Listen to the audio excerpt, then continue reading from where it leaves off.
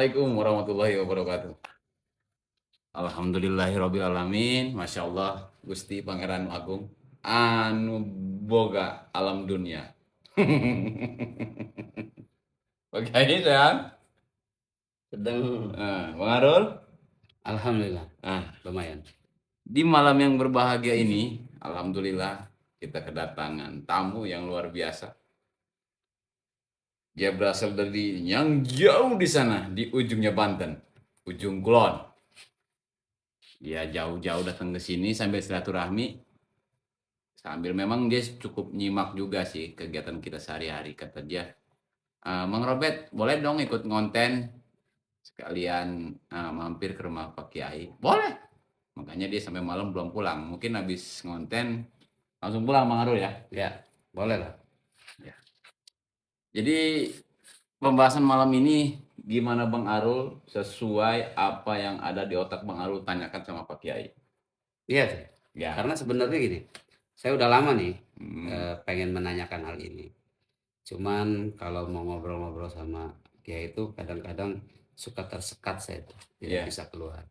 Tapi malam ini saya mau bertanya nih tentang apa yang selalu ada dalam pikiran saya sih sebenarnya. Iya. Gitu. Jadi malam ini mudah-mudahan Kiai bisa ngebahasnya karena saya ini orangnya setengah kiai setengah dukun, jadi kiainya nggak lulus gitu kan ya. Dukun yang matang. Dukunnya nggak matang juga. Saat ini saya percaya kalau sama kiai nanti mudah-mudahan apa yang saya ingin tanyakan bisa terjawab. Amin, amin, amin, amin. Untuk pertanyaan yang pertama. Yang pertama saya sih sebenarnya pengen menanyakan tentang takdir dan nasib. Takdir dan nasib. Ya. Menurut Pak Kiai dengan penjelasannya. Ya. Masalahnya gini loh. Apakah takdir seseorang itu bisa dirubah atau tidak? Dan nasib seseorang itu bisa dirubah atau tidak? Kalau seandainya takdir bisa dirubah, kenapa selama ini saya miskin gak bisa mengubah takdir gitu kan? Oke. Nah gitu Kiai. Sekarang bagaimana menurut Kiai? Kita kasih waktunya ini buat Pak Kiai menjelaskan tentang takdir dan nasib. Betul. Gimana Pak Kiaiku yang selalu semuringai? Nasib itu adalah timbangan. Takdir itu adalah sebuah perkiraan. Perkiraan. Prediksi. Planning Allah terhadap makhluk. Ya. Setelah Allah memprediksikan tentang kehidupan makhluk dari lahir sampai meninggal dunia, bahkan di alam baka sana, terjadilah perkiraan itu secara nyata di dunia, maka itu menjadi irodah. Jadi takdir berubah menjadi irodah. Dulu kita ditakdirkan sama-sama begini. Duduk bertiga malam ini membicarakan tentang takdir dan nasib. Dulu maksudnya gimana? Ya dulu sebelum kita lahir, sebagaimana kita telah bicarakan yang lalu. Iya. Bahwa Allah itu sudah memprediksikan hidup kita jauh sebelum kita lahir. 8.000 tahun sebelum kita lahir ke alam dunia, Allah sudah prediksikan hidup kita. Ya, maksudnya kejadian hari ini, yang sekarang nih, itu sudah diprediksikan di 8.000 tahun. 8.000 tahun. Nah itu yang disebut dengan takdir. Iya. Kemudian malam ini secara nyata takdir itu terjadi. Iya. Bahwa memang hari ini, malam ini kita sama-sama berdampingan, ngobrol tentang masalah takdir dan nasib, menggunakan pakaian yang warna-warni seperti ini. Iya. Nah maka takdir itu menjadi irodah. Menjadi kenyataan. Menjadi kenyataan. Lantas tadi pertanyaan lanjutannya, bisa nggak merubah takdir? Saya jawab dengan 2 fun. Pertama, ada yang mengatakan bahwa takdir itu dibagi menjadi 2. Ada mu'alaq, ada mubrom. Mubrom itu paten. Yang tidak bisa dirubah sama sekali. Contohnya kematian, jodoh, celaka. rizki, maka itu mubrom. Adapun di luar daripada 3 perkara itu, maka itu mu'allak. Mu'allak itu takdir yang digantungkan. Terhadap apa? Terhadap usaha, terhadap pengorbanan, Kecelakaan. terhadap doa kita. Ya kalau kecelakaan itu keselamatan dimasukkan terhadap sebuah rizki. Keselamatan itu kan merupakan rizki yang besar ya. Maka kita masukkan terhadap takdir mubrom. Kalau mu'alak itu seseorang ingin pintar, misal, maka harus belajar. Dia ingin mendapatkan hasil yang lebih, ya harus ikhtiar. Gitu. Itu takdir-takdir mu'alak. Takdir-takdir yang tergantung terhadap usaha manusia. Nah, sekarang kayak gini Kiai. Kalau seandainya takdir itu memang sudah ditakdirkan, memang ini harus begini, hidupnya harus begini. Nah, kalau sepertinya hidupnya miskin aja sepertinya Kiai. Terus dia udah berusaha ini, tapi nggak mau kaya-kaya tuh Kiai. Itu takdir apa gimana Kiai itu? Semua yang ada di dunia ini memang tidak terlepas daripada ketentuan. Tidak terlepas daripada takdir Allah. Secara hakikat, kalau tadi kita berbicara tentang sebagian kaulnya lagi mengatakan bahwa takdir ini ya semuanya mubrom, semuanya adalah hak paten Allah. Baik dari sepertinya kehidupan dia susah gitu kan ya, Susah, atau kaya gitu. Kaya, semuanya. Maka orang yang baik, orang yang soleh, bukan hanya mereka yang rajin sujud, yang rajin ngaji, yang rajin baca Quran, tapi orang yang soleh itu adalah orang yang bisa menerima semua ketentuan yang Allah berikan terhadap. Berarti itu jauh lebih hebat dari ahli-ahli ibadah ya? Hadiah daripada ahli ibadah itu adalah qanaah. Oh, jadi setelah proses itu ya? Ya justru ibadah yang kita lakukan ini menuju terhadap qanaah itu. Agar supaya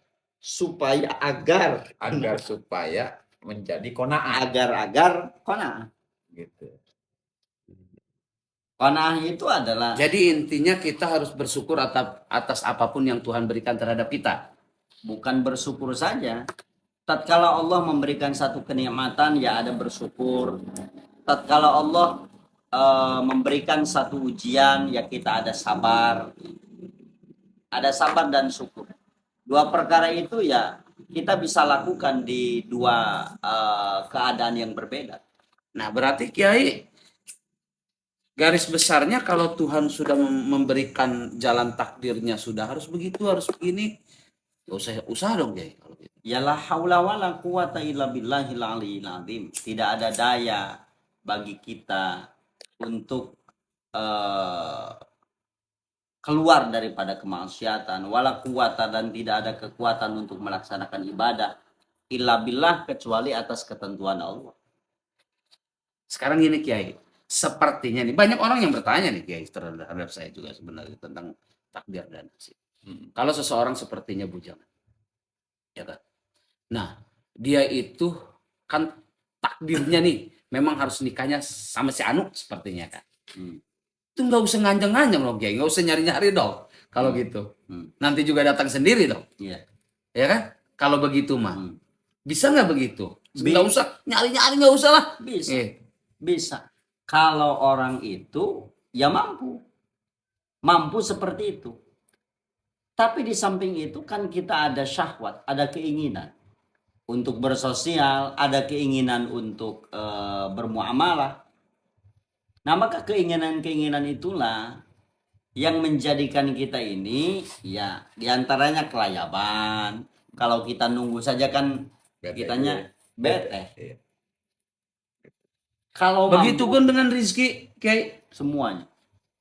Nggak usah gawe dong. Semuanya tidak usah. Sebenarnya mah Tidak usah. nggak usah nyari-nyari duit ya.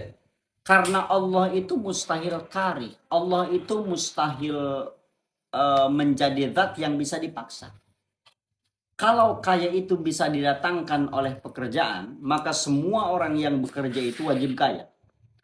Kalau kekayaan itu bisa ditarik dengan doa, maka semua orang yang berdoa itu wajib kaya. Lantaran Allah itu qiyamuhu binafsihi, Allah itu tidak bisa dipaksa, Allah itu berdiri dengan sendirinya, Allah itu zat yang maha tidak bisa diatur Egois. oleh doa dan usaha. Egois ya. Secara kasarnya begitu. Maka ya terserah Allah. Terkadang Allah memberikan kekayaan terhadap orang yang tidak bekerja. Terkadang Allah memiskinkan orang yang bekerja. Terkadang Allah memberikan kekayaan terhadap orang yang tidak mau kaya. Abdurrahman bin Auf dulu, memangnya beliau itu ingin kaya. Dia itu berdoa terhadap Allah supaya dimiskinkan. Tapi dijadikan oleh Allah sebagai orang yang paling kaya di Mekah dan di Madinah. Bukti bahwa Allah itu tidak bisa dipaksa oleh doa. Bukti bahwa Allah itu tidak dipaksa dengan Kerja. usaha. Itu nggak usah ngedoa. Nggak usah ngedoa, Bet. Nggak bisa gitu juga Bang Arul. Jadi ngedoa, kalau yang pernah saya dengar dari Pak Kiai itu, kita tetap harus ngedoa sebagai bentuk kita kan makhluk Ketawaduan kita gitu. Kita kan Terhadap makhluk. Allah. terhadap Allah. Hanya ketawaduan. Hanya ketawaduan. Bentuknya ibadah. Satu kali berdoa Bang Arul mengharapkan di dalam hati bahwa doa itu harus dikabulkan. Anta ilahun sanin alladhi yuwafiquka. Kamu itu telah menjadi Tuhan kedua selain daripada Allah, karena memaksa Allah untuk bermufakat terhadap semua keinginan kita. Di atas saja ada loh Bang Arul.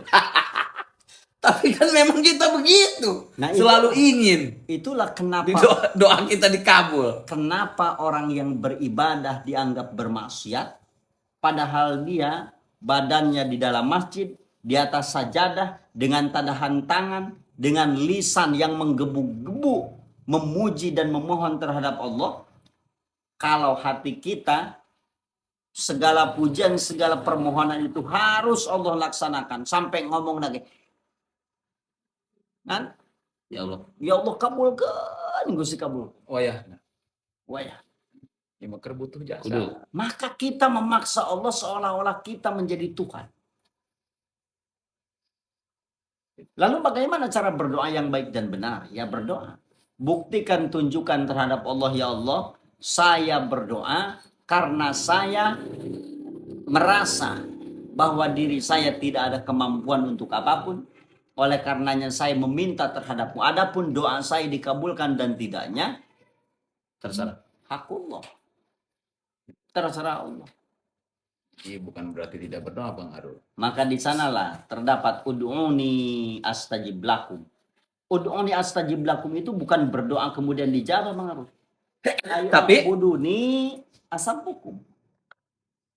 Ibadah kalian maka aku akan berikan pahala terhadap ibadah. Pernah dengar kata Syekh Nawawi Tanara di dalam Muqaddimah Tahun Syekh bahwa ada orang yang diberikan pahala yang besar hari kiamat, kemudian dia bertanya, ini pahala dari apa? Allah menjawab, ini adalah pahala dari doa-doamu, meminta A, meminta B pada waktu A, pada waktu B, pada hari A, pada hari B.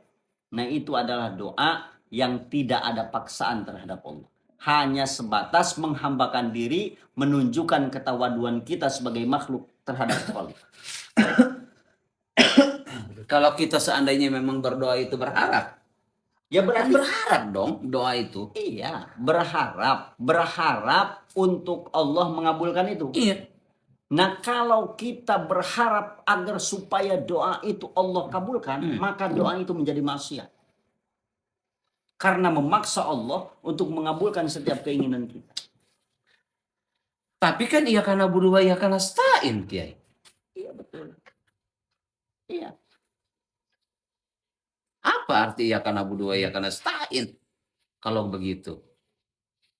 Na'budu menghambakan diri terhadap Allah, nasta'in meminta pertolongan terhadap Allah, menunjukkan bahwa diri kita ini tidak mampu apa-apa. Kan kata Allah minta kain, maka dikabulkan ku aing. Iya, itu kita kalau memahami Al-Quran harus membuka tafsir. Kalimat ud'uni astajib lakum itu bukan berdoa kemudian dijabah, tapi beribadah maka aku akan berikan pahala. Menurut tafsir. Menurut tafsirnya. Ingat Bang Arul, man tafassara al-Qur'ana bi ra'yihi falyatabawwa maq'adahu minan nar. Barang siapa menafsirkan Al-Quran menurut pandangan akalnya sendiri, maka siap-siap dia tempatnya itu di dalam api neraka.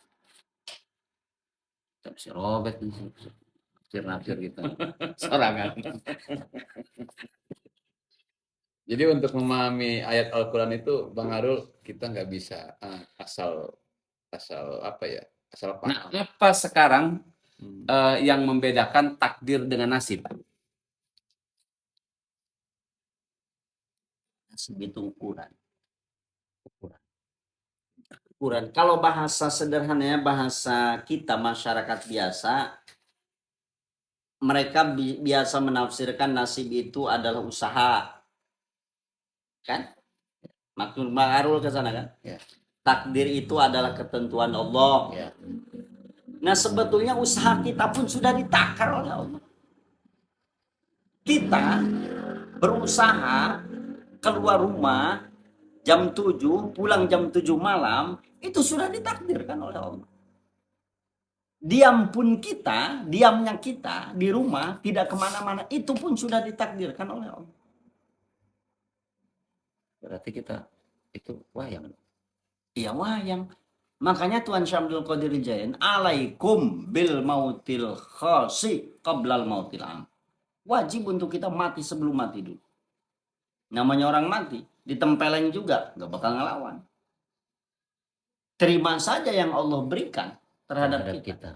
Apapun. Apapun tanpa komplain. Diberikan kesedihan, ya terima dengan ikhlas.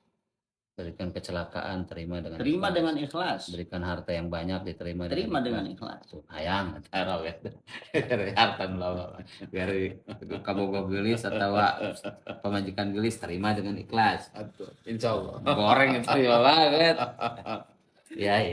Maka Berarti, jika orang itu, Mang Robert, Bang Arul, jika orang itu sudah mati sebelum mati, maka tidak akan pernah meneteskan air mata untuk berkeinginan perubahan takdir, enggak bakal. Dia tidak akan pernah menginginkan sesuatu apapun yang ingin dirubah di dalam hidupnya, jikalau dia mampu mati sebelum mati. Masalahnya kita hidup di dalam hidup kita tuh. Jadi bukan mati sebelum mati. Bukan mati sebelum mati. Jadi kata Tuan Syamdul Qadir Jailani itu kita harus mati sebelum mati. Yeah. Jadi maknanya kita menerima apapun yang Allah berikan terhadap kita. Gue sudah protes kemarin. Protes. Walaupun di atas sajadah protes. Walaupun di dalam masjid. Nggak usah. Biarkan saja. Gue sudah sholat berarti. Kalau mau, sholat. Benar. Bisi gitu buka paham lain gitu. Nggak sholat aing mah gitu. Yang penting menerima takdir. Gua mah Gusti Allah bae. Bodo amat. Gitu. Hanya saja orang yang sholat pun kan belum tentu selamat, apalagi yang tidak. Waduh, lah ngebahas doang gitu, mau ada arkadu bet urusan. Ada harapan Bang. Aduh, seperti ulah cek robek kayak gitu. Jangan kadu, emang timbul kahayang itu dari mana? Dari hawa nafsu. Bukan. Hawa nafsu siapa yang menggerakkan? Tuhan. Ya Allah. Langkah kaki kita, siapa yang menggerakkan? Allah. Otak berpikir kita, kemana nyari duren ini? Siapa yang menggerakkan? Allah. Semuanya Allah. Jadi intinya doa baik kalau Ustaz. Tidak ada. Ulang doa. Berdoa boleh, yang penting doa itu jangan memaksa terhadap Allah untuk keinginan kita, untuk mengabulkan doa itu. Jadi berdoa itu secara ikhlas aja kita karena kita beribadah terhadap Allah. Karena Allah perintahkan berdoa saja.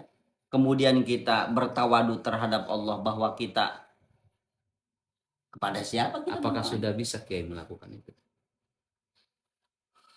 Pertanyaan yang bagus itu Bang Arul. Bagaimana pakai? Belum. Selalu ada keinginan untuk di dalam kehidupan. Keinginan untuk berdekatan diri dengan Allah pun Bang Arul. Nabiullah Adam alaihissalam diturunkan dari surga ke bumi bukan karena memakan buah khuldi. Kenapa? Tapi Nabiullah Adam memiliki satu keinginan yang mulia menurut Tuan Syekh, adalah tidak ingin berpisah dengan Allah, ingin berdekatan terus dengan Allah. Dan itu adalah sebuah kesalahan. Kok bisa begitu? Kenapa bisa begitu? Makanya pemirsa Bang Arul, simak konten kami. Itu sudah dibahas di konten-konten berikutnya yang sudah-sudah. Gitu. Makanya terus simak. Nanti bakal paham. Simak pemirsa. Nah, Ini konten sangat luar biasa. Harusnya ini ribuan penontonnya. Kan kita selama ini berpikir bahwa Nabiullah Adam itu diturunkan ke muka bumi karena memakan khuldi. Ya. Padahal menurut Tuhan saya bukan. Tuhan saya ini yang berbicara. Memiliki satu keinginan yang mulia. Ingin selalu berdampingan, berdekatan dengan Allah. Akhirnya Diturunkan dari surga ke bumi. pengen itu jadi Itu kesalahan. pun sebuah kesalahan. Apalagi model kita yang pengen kaya, pengen hidup senang. Ingin berdekatan diri dengan Allah pun dianggap salah. Apalagi kita yang menginginkan kesenangan, kebahagiaan dengan dunia tanpa memikirkan ingin berdekatan dengan Allah. Apakah kita pantas nanti setelah meninggal bertemu dengan Nabi Allah Adam? Apakah pantas kita bertemu dengan Nabi Allah Muhammad? Sementara keinginan kita yang membludak dan keinginan itu duniawi semuanya. ini masalahnya boga mobil atas susah. Nanti juga Bang Arul bakal mulai bisa menyadari ya, timbul kesadaran secara perlahan gitu, bisa memilah dan memilih gitu, keinginan dan tujuan yang harus kita tempuh. Itu Bang Arul. Siap. Iya. Paham. Jadi di samping tamu yang luar biasa ini, para pemirsa, ini obrolan jalur langit gitu, yang sedikit dibahas di mana-mana.